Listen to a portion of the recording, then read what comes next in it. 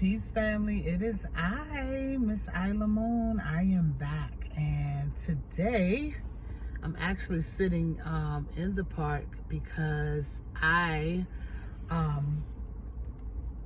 drove through here on the way. I had to go to the store, and I decided to stop and drive through the park. And I felt the incredible need to get grounded. So I was like, look, it's cold outside. It's like, my temperature say 41 degrees. It's cold outside. It's, the wind was blowing a little bit. I'm by the water.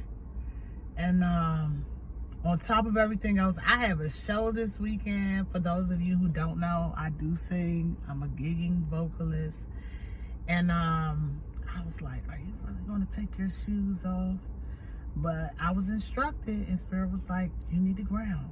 And let me tell you something. The moment I took my shoes off and I took a deep breath, I pulled over on the side where it was like nobody was around, and I lifted up my hatch, and I had my little flip-flops on already, but I had socks on. So I sat down in the back, I took my socks off, and I put my feet on the ground, and immediately it was like, and I could feel the energy being drawn through the bottom, the palms. You have palms on your feet? I mean, it's similar, right? I'm gonna call it the palms of my feet, right? I could just feel it, feel the energy being drawn out, and I was like, oh, I'm so, like, in that moment, I just was so grateful. Sometimes you don't realize how much you need something until you just follow your instructions and do it. So with that being said, I came on here to speak about the importance of cleansing and clearing your energetic field, your auric field, your spiritual body, man, your emotional body. I think a lot of times we put a lot of emphasis on physical health and hygiene, which we absolutely should. We put a lot of emphasis on mental health and hygiene, which we absolutely should. But oftentimes our spiritual health and hygiene gets overlooked because it's not something that plays out in the forefront, so to speak. But honestly, when you think about it, mind, body, and spirit are all connected. You cannot be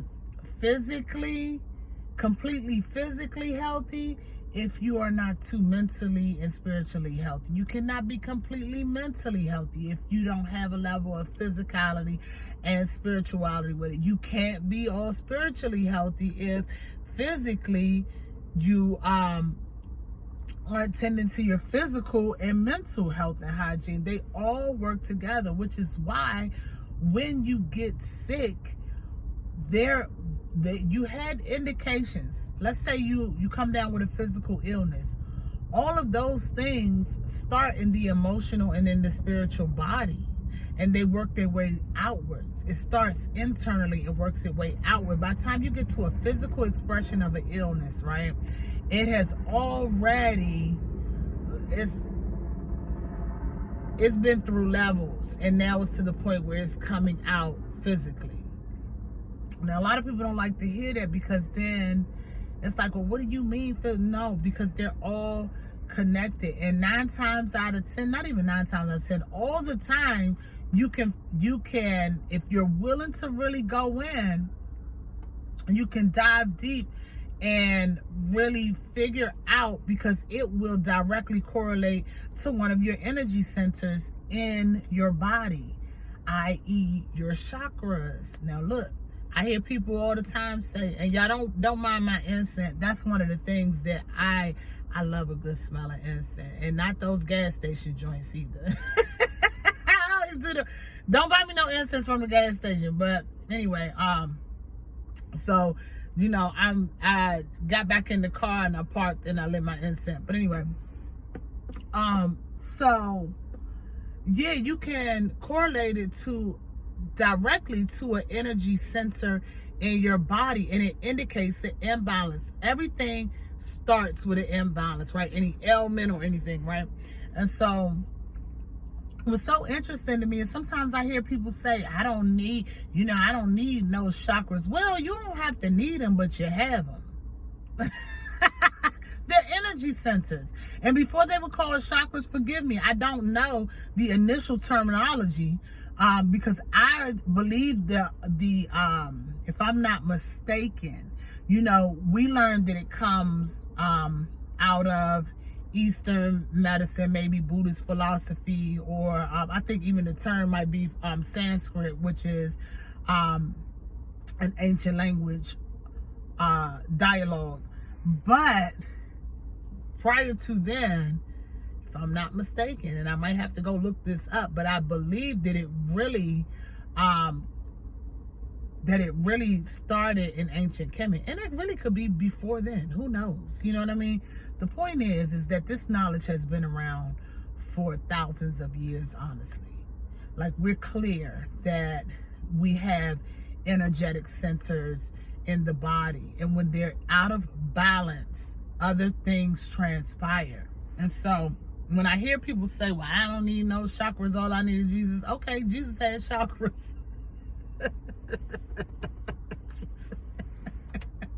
I'm not here to argue one way or another about that. It doesn't matter. If this is not your cup of tea, please move on.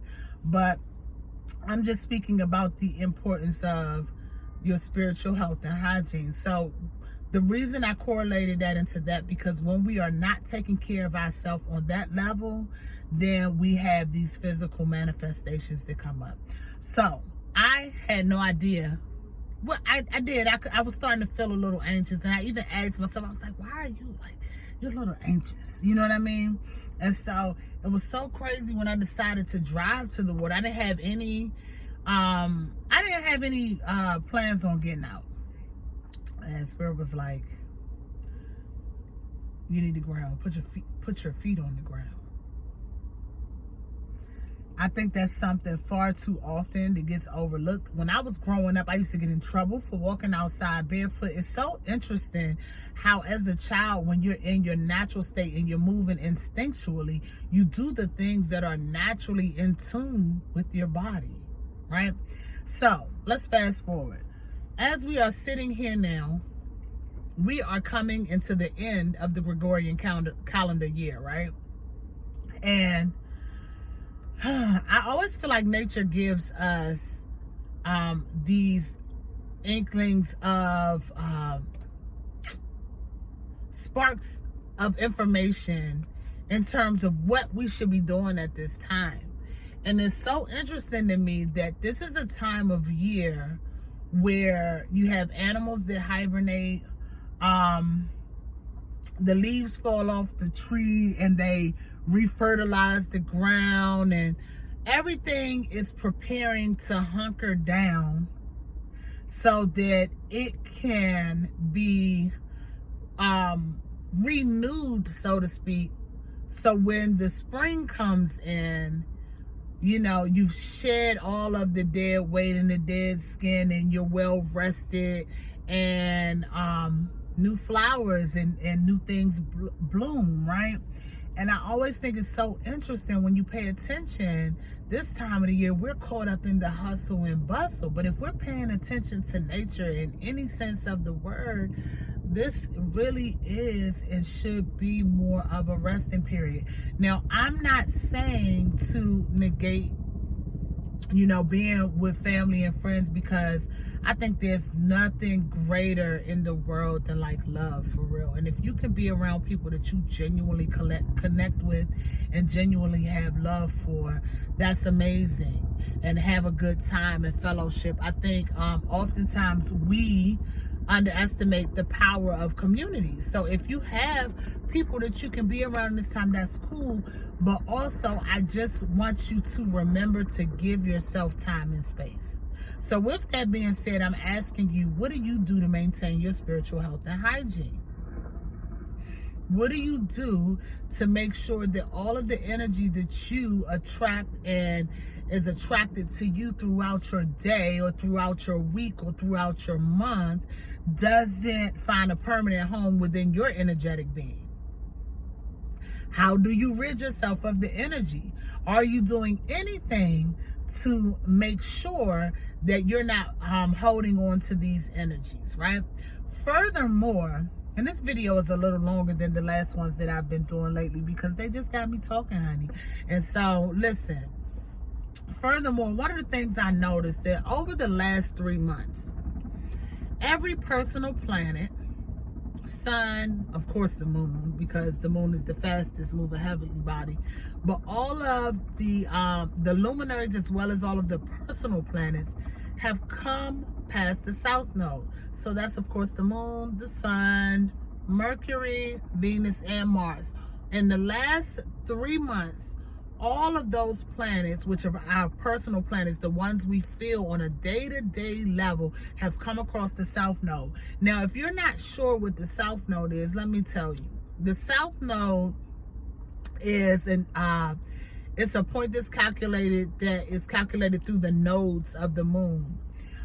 It's also indicative of where we have our eclipse points for the times that when we're in eclipse season, right? And so right now, the South Node is in Libra. And the South Node it's a karmic placement, but it's about letting go. It's about what are you releasing? And so normally it's lessons learned, or it's things that the cycle is over, so it's no longer in alignment, right? So with all of our personal planets coming across that point, and y'all, I hope that I have my sunroof cracked and I can hear the helicopter. If it's bothering you, forgive me. But as they come across that south node, as each planet has come across that south node, you I can almost guarantee you that you've been letting go of things. You've been shedding things. You've been realigning. And what does that look like? You may have let go of ideas that once were very significant to you. You may have let go of some organizations or some thought process or some groups that you normally were aligned with and that were in past times very significant, but you find now in this time and space that they may not be as in alignment anymore, or you don't feel that same camaraderie, or feel you may just feel like that cycle is over. You may have let go of relationships that you feel like are no longer aligned or may have been out of balance. We're talking about Libra here, right? May have been out of balance. You may have let go of, and when I say relationships, that can be friendships, that can be family, that can be significant other or romantic partnerships. There may have been a plethora, how you want to say it, of things that you may have begun to release and let go of in the last 3 months, right? Now, why that's significant to me, or I feel like it should be significant to you, is because a lot of times when we release these things and we sever these attachments, right? Or we are letting go of things that we've been in an energetic exchange with for a very long time, right? There are these holes or these tears or these rips that we have that are in our energetic field from where we had those attachments to other things and other people. And so then my question now becomes, what are you doing to make sure that your energy field is sealed up? What do I mean by that? So that you don't have your energy just leaking. I've been talking about this the last couple of videos. Just now, I just decided to go a little further in depth. But I feel like it's very important, especially this time of year when we're going around more people, we're more social, even though, you know, I feel like this should be a time that's actually geared towards more rest. However, a lot of us are in situations where we have to be out and about. So what are you doing? What are you doing to ensure that, you know, you are spiritually protected and balanced, and that you're giving yourself the care and the concern that you need? Look, I would love for you all to comment below. I think when I come on with my next video, I will speak in depth about some of the things that I do, some of the things that you can do. I can, one of them I just said, I'm really good at grounding and getting out in nature. There is no better antidote, no better cure than, I'm telling you, nature. We have been bamboozled when it comes to, feeling like we have to be indoors all the time. That really does not serve us. It doesn't. You know what I mean? So nature, salt baths, we can talk more about that, about cleansing and removing the energy with salt baths. You know what I mean? Making sure that I'm a person who, for me, part of my health and well-being all around the board is like just having that moment of solitude, giving myself that time. And I may play music. A lot of times, though, I don't, because I like to hear my thoughts. I think it's important. And I feel like that is another thing.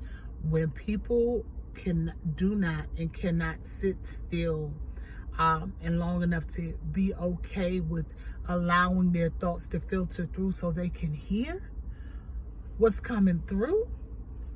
Instead, you want to be full of distractions. That's a problem, but that's a statement for another video.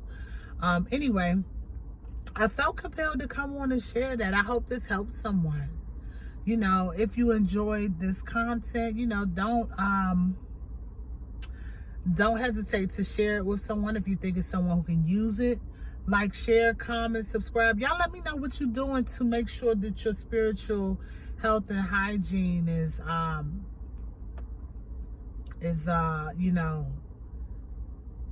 point, because we need it, especially this time of the year. It's important. It's important. I can't stress it enough.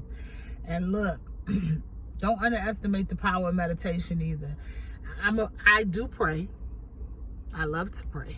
I love to pray, right? I like talking, but I also like to listen. And that's what meditation is. And then I've had conversations with people, and they'll be talking about something. I'll be like, well, have you meditated on it? Like, well, I pray. And I'm like, yeah, but if you just pray and never get quiet and still enough to listen, how do you hear the answer? It's a common sense question to me, but I'm not knocking it. I understand that, sometimes you're like, dang, I ain't never, because we're taught to just go and do. There's a power in stillness, baby. There is. Get you some. Anyway, I'm going to get off here because I'm 18 minutes in, and yeah. For right now, that's all I got. It's your girl, Iilah Moon. Peace.